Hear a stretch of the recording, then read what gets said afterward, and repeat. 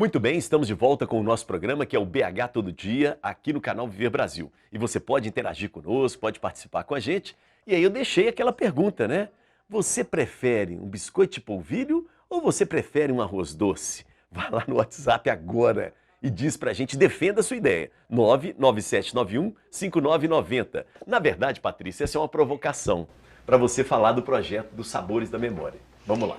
Isso mesmo, gente. Esse projeto Sabor da Memória, a proponência é do grupo Meninas de Sinhá, né, que é do Alto Vera Cruz, que é um projeto super importante aí, junto com as pessoas dos lares permanentes, né, o que as pessoas antes chamavam de antigo asilo. Isso. Né, isso é bom a gente entender. Muito que legal. Politicamente correto é chamar agora desses lares permanentes. E aí, que faz toda a diferença, faz né? toda Não a é só diferença. mudança, não é só mimimi, é nome, não.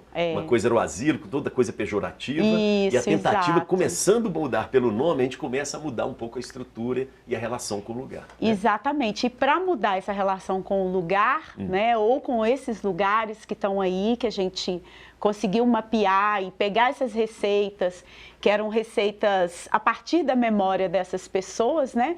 Muitas delas com mais de 70 anos de idade. Uau. Né?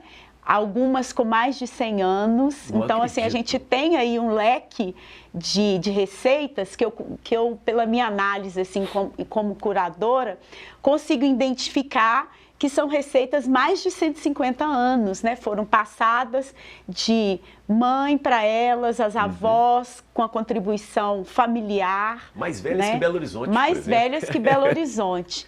Então, assim, e quando a gente discute sobre isso, é justamente para a gente poder ver e mapear de onde são essas receitas, né? Isso. Essas receitas que chegam até o projeto para a gente poder analisar, são receitas que refletem o Brasil como um todo, na sua alta diversidade.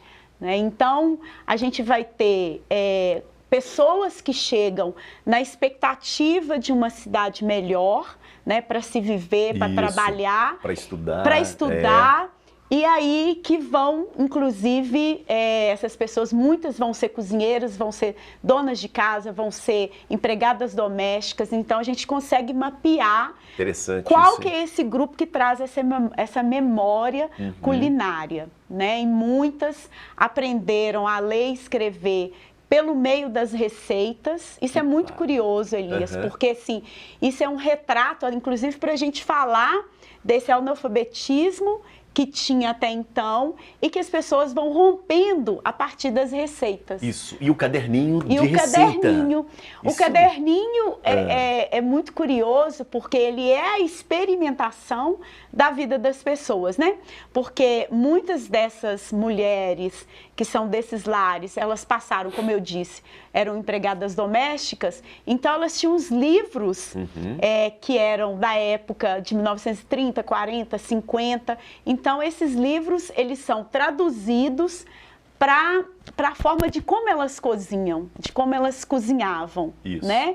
E aí, como resultado, esse rascunho, que é muito incrível. Isso é um retrato riquíssimo da nossa cultura. Mas não tem jeito, tem uma coisa que eu tento e não consigo. Às vezes eu pego uma receita da minha mãe tem livro de receita. Tem livro não, caderninho. Sim. Sigo tudo, mas sai diferente. Tem um negócio que é o jeito da pessoa fazer, não é? Tem, mais que isso, tem uma coisa que é chamada técnica. E as técnicas são ancestrais. Perfeito. Né? Então, assim, quando a gente faz essas identificações dessas receitas, você vai ali encontrar diversas técnicas. Técnica ancestral relacionadas aos povos indígenas, técnicas ancestrais relacionadas aos povos afrodescendentes, aos portugueses, aos italianos, aos espanhóis, porque isso vai, de certa forma, representar o que a capital estava buscando. Boa. Né? O que é a construção dessa cidade por meio dessa comida. Muito legal. Agora você falou das mulheres, muitas dessas mulheres negras, né, que vêm do interior, analfabetas, e que se viraram para sobreviver. Como é que anda a situação das mulheres em Minas Gerais agora? Olha, Elias, primeiro eu queria contextualizar aqui, né? Eu faço parte da primeira legislatura na história do nosso estado a eleger mulheres negras para a Assembleia Legislativa de Minas Gerais. Parabéns, né? mas a gente devia pensar assim, por que demoramos tanto, né? Vem, né, dessa parte toda histórica nossa que nós temos aí, né, da herança do patriarcado, até mesmo dessa memória aí da escravidão, né, de povos que estão à margem dos processos, inclusive principalmente do processo político. Minas Gerais registra agora nesta eleição, que acabou de encerrar agora em outubro, né, a marca de 15 parlamentares mulheres eleitas pela primeira vez na história. Quantos nós temos na Assembleia? 9. Não, mas o total de... 77. 77. E aí nós temos 9 mulheres. 9 nessa legislatura e a partir de fevereiro do ano que vem, 15 mulheres. Boa. Então, vem trazendo, né, a representação desse perfil populacional, que é o maior perfil que nós temos. Nós, mulheres, somos 52% da população. Do eleitorado brasileiro, somos 53%, né? Então, tem toda essa história, essa trajetória da falta de espaço, da falta de oportunidade, da falta, muitas vezes, de escolaridade, mas das inúmeras desigualdades que a gente encontra, inclusive das violências que nós, mulheres, acabamos estando mais expostas, né? Inúmeras delas. E falando, assim, em violência, vou fazer um recorte aqui. Hoje eu estou presidindo a Comissão em Defesa dos Direitos da Mulher, na Assembleia, e o nosso trabalho na comissão é a promoção e a garantia das políticas públicas para igualdade, para a promoção e para a proteção das mulheres. Um recorte que a gente tem feito na atuação parlamentar é o enfrentamento às diversas violências, mais especificamente a violência doméstica e familiar contra meninas e mulheres. E o estado de Minas Gerais, lamentavelmente, hoje é o estado que mais mata mulheres por conta do feminicídio, né? Nós temos um altíssimo índice de violência doméstica e familiar contra mulheres e meninas. Hoje, inclusive, eu estive visitando a Casa da Mulher Mineira, que é um equipamento da Polícia Civil, entendendo um pouco a dinâmica ali do atendimento. É um estado que tem uma dimensão muito grande, né? 853 municípios.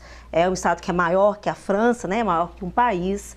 E nós temos uma estrutura de atendimento ainda muito precarizada, né? Imagina, são 853 municípios, 72 delegacias especializadas no atendimento às mulheres. Muito pouco ainda. Muito pouco. E a gente vem trabalhando numa perspectiva de conscientização, de promoção, de proteção das mulheres. A gente precisa falar com as mulheres sobre violência doméstica, familiar, não só com as mulheres, a gente precisa falar com toda a sociedade. E durante esse nosso trabalho, nessa legislatura, a gente conquistou avanços importantes para lidar com essa temática. Por exemplo, nós temos leis hoje no Estado, inclusive 2 leis de minha autoria, que fazem um atendimento, uma perspectiva de um atendimento imediato para a mulher que está em situação de violência doméstica, que é a criação do banco de empregos para as mulheres vítimas de violência doméstica. Muitas delas não conseguem sair da relação com o parceiro por questão econômica, não conseguem sair, então, né? São dependentes do agressor para a sua sobrevivência, para o cuidado dos filhos, para a questão da moradia. Então, um banco de empregos, esse é o primeiro. Banco de empregos, é uma primeira iniciativa, exemplo pioneiro no Brasil. Tá? E a outra lei também, recentemente aprovada no Estado, é a lei que leva para dentro das escolas as noções básicas da Lei Maria da Penha. E isso é muito importante, porque nós vamos falar com as meninas, com as mulheres, com as professoras, com todo o colegiado, né, com toda a comunidade escolar, mas nós vamos principalmente falar com os meninos, os futuros homens. Sim. Porque a violência contra as mulheres é algo que é naturalizado na nossa sociedade, é algo que vem com a herança do patriarcado, com a herança do machismo. Mas então é natural, a violência contra a mulher. Né? E a gente precisa quebrar isso na raiz, é uma mudança cultural. Então, ao inserirmos esse assunto, que não é para ser tratado em uma semana, não é uma disciplina, isso é para ser tratado ao longo do processo de educação, porque a violência doméstica ela não tem dia para acontecer, ela não tem horário, ela não tem classe social, ela não tem cor, embora impacta mais as mulheres negras de periferia, porém, a gente precisa tratar isso especificamente com aqueles que cometem, e aí são os homens. Perfeito, muito bom. Patrícia falou ali de legado, só uma pontinha, e é muito legal, Patrícia, quando a gente olha assim e vê o legado que a gente deixa, né? Essa legislatura é uma legislatura que a gente marcou muito legado, e em 2019, Patrícia, quando eu tomei posse na Assembleia, a gente descobriu que aqui na Assembleia de Minas não tinha licença maternidade para as parlamentares mulheres. É mesmo? Eu fui gestante, fui uma parlamentar gestante, meu filho nasceu em agosto de 2019, e ali a gente descobre que a casa que cuida das leis não garante o direito da mulher de ter licença maternidade. Isso, né? Então a gente precisa de mais mulheres na política para a gente poder não só defender aquilo que nos impacta, mas o que nos impacta também impacta a sociedade como um todo. Com o trabalho a gente conseguiu mudar isso na Assembleia de Minas, com impacto em várias câmaras municipais, inclusive a de Belo Horizonte, e em outras assembleias do Brasil. Que absurdo. Aí isso é legado, e Patrícia, estou vendo ela contar ali da Blitz. Patrícia, vamos falar um pouco disso, assim, né? Como é que é essa questão, como é que você encara essa questão da violência contra a mulher, assim? Você ainda se assusta com esses números? Eu acho inacreditável. Eu acho um absurdo. Eu sou uma pessoa que também, nessa eleição, eu optei por votar em mulheres. Eu acho que a gente tem que mudar esse número dentro da Câmara, de todos os lugares, do Senado, de qualquer lugar. A gente tem que ser incluída ali dentro. Eu acho uma coisa inacreditável isso de não ter licença maternidade, entendeu? Não é? E Incrível. eu acho que as mulheres deviam ser tratadas como, sabe, além de igual, um pouquinho superior pela quantidade de serviço que a gente presta à humanidade, entendeu? Nós é que parimos a humanidade, nós é que educamos a humanidade, nós é que somos as condutoras orais das receitas, das músicas, das histórias, das famílias, nós que somos as educadoras, entendeu? Então, é tão importante o papel da mulher na sociedade, é impressionante como o masculino se antagoniza tanto com esse poder, entendeu? Eu fico impressionada. É uma doença, é como se fosse uma sociedade doente, que não percebesse que nós somos duas partes que se complementam. Eu acho impressionante, impressionante. A única coisa que eu sei dizer é impressionante.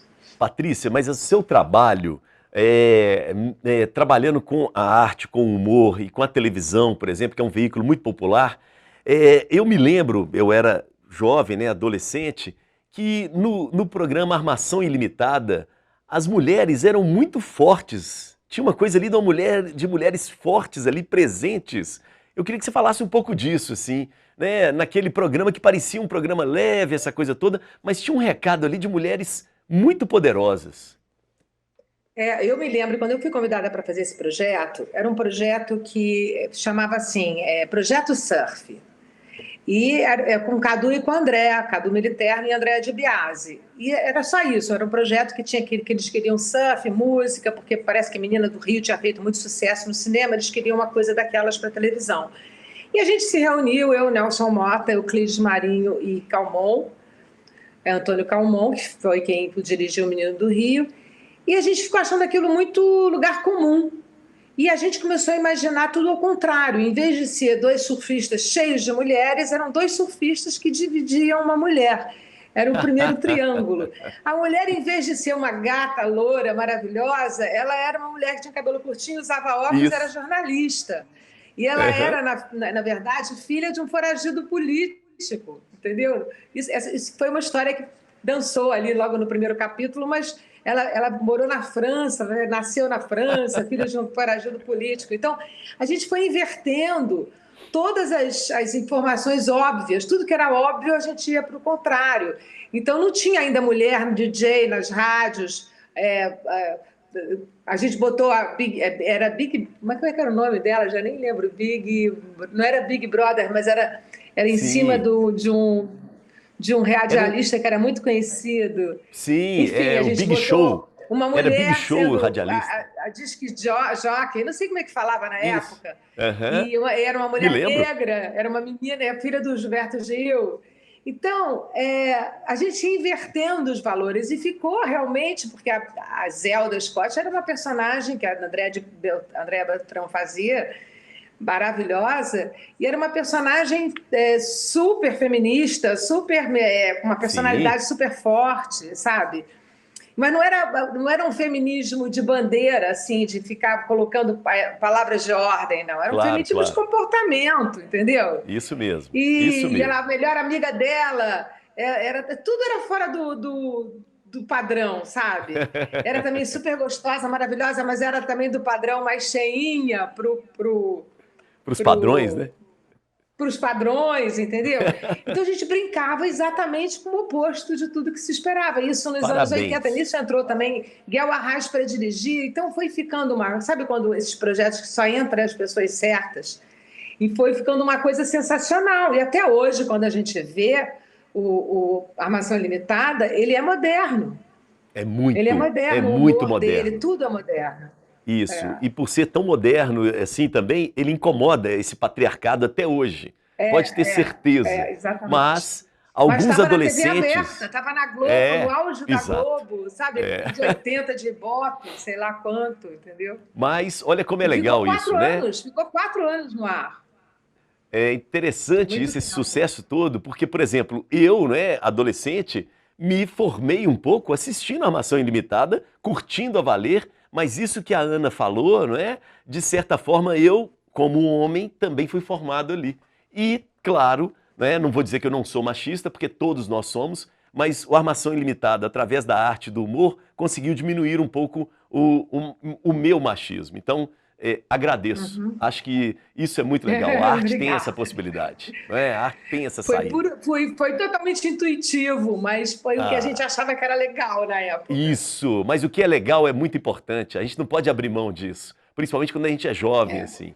E deixa eu aproveitar para colocar a arte mais ainda no papo, colocando o bistrô. Wallace, deixa eu te chamar aqui nesse papo, Wallace. E aí eu queria que você falasse um pouco. É um papo de mulher, mas que nós homens temos que estar dentro, não é? E como é que a música... Tem que estar inserido.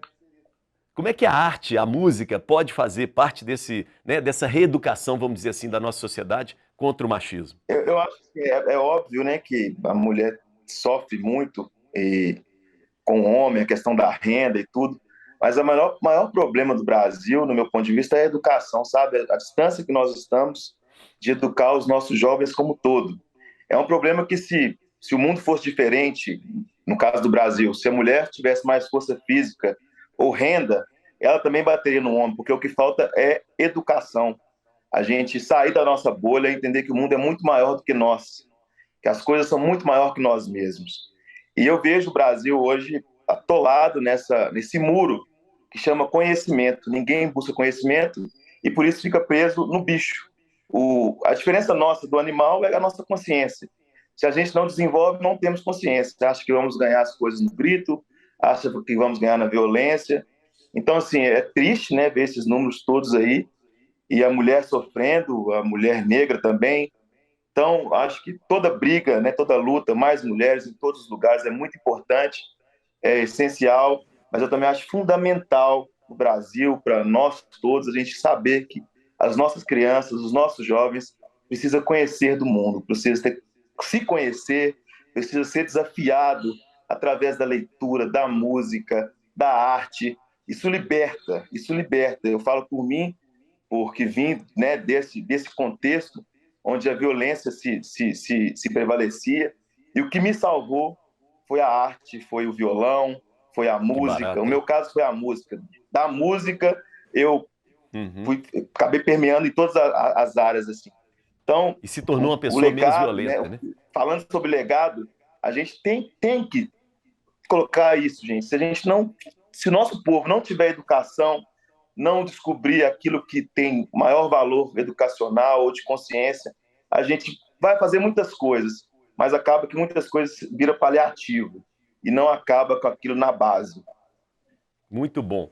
Agora é o seguinte, eu queria que você falasse um pouco a respeito, você falou de legado, por que essa homenagem, né, a Moraes Moreira?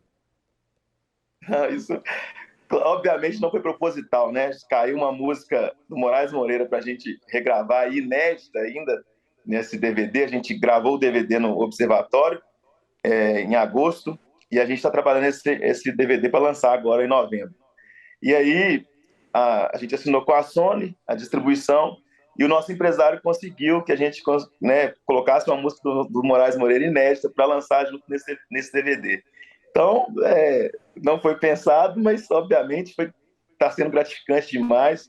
A sexta-feira eu vou lá ouvir a finalização da música, mixada, masterizada, depois a gravação dela ao vivo. Então, assim, não foi pensado, só foi gratidão, foi algo que aconteceu, que fez muito bem para a gente, que somos fã da música brasileira, Novos Baianos e etc. O universo conspira a nosso favor quando a gente é do bem. Wallace, eu quero Amém. saber alguma novidade dessa música. Qual que é o nome dessa música? Como é que é a pegada dessa música? Dá um spoiler aqui pra gente. Não vou cantar aqui porque não posso. Não precisa, não posso tudo bem. Não é show de calor. Sem o pode ficar instrumento, tranquilo. sem tudo, não quero estragar ela. O nome da música é Amigo Joel. É dele e do Luiz Galvão, que são compositores, né, muito renomados e Parceiros. tudo, com grande sucesso no Novos Baianos. Mas ela é dançante, e o Moraes Moreira, mais o Luiz Galvão, eles têm um formato, todos os grandes da MPB, eles ainda têm uma forma mais baiana ou mais nordestina de compor, um pouco diferente da MPB de Gilberto Gil, de Caetano, um exemplo da música Acabou Chorar, que é a música mais tocadas deles, do Moraes Moreira. Então, assim, eu que componho também, quando eu escutei a música e depois, escutando a música, fui relembrar algumas coisas dele, fico impressionado como a forma de compor dele é peculiar, é tão deles, assim. Então, ela é dançante, é engraçada também, tem um pouco de engraçado. De humor. Então, vamos deixar para 15 de novembro Legal. o lançamento deles, para vocês ouvirem. Wallace, e aí? Arroz doce ou biscoito de polvilho? Qual é o seu preferido? Puxa, cara, a gente come mais biscoito de polvilho, né? Mas arroz doce é melhor. Tá bom, legal. O arroz doce... Foi lá. Travou de novo. Foi falar do açúcar, arroz doce, né? Ana, arroz doce... Ele tá sendo censurado, né? Ele vive sendo censurado. Incrível, né? Sua internet aí te censura o tempo inteiro, viu, Wallace? Mas açúcar, é cerveja. É a realidade. Açúcar e álcool foi censurado. Bem lembrado. Não, então, eu como mais biscoito de polvilho, né? Assim, Isso. Não como nenhum dos dois muito, mas como mais biscoito de polvilho. Mas gosto mais do arroz doce. O fato é que arroz doce é difícil de achar uma cozinheira boa de se fazer. Opa! Isso! Você me deu a deixa. E aí, Patrícia? Nós vamos achar, não vamos? Você achou? Com certeza, gente. Minas Gerais, né, tem essa tradição do arroz doce. E a gente sabe aí que doce tem... mesmo. E é doce mesmo. Doce raiz. Doce raiz. Aí, ó. Exato.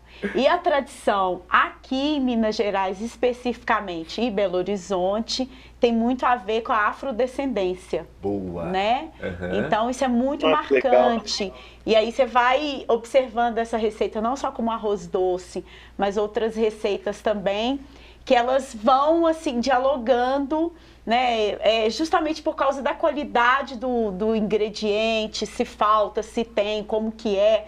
As pessoas improvisam, né? Isso. Porque a culinária, principalmente essa culinária a partir da memória, ela também é a partir do que se tem nas suas comunidades, né? Então, assim, só para contextualizar isso melhor, especificamente Belo Horizonte, que foi essa curadoria que eu fiz, o que a gente identifica?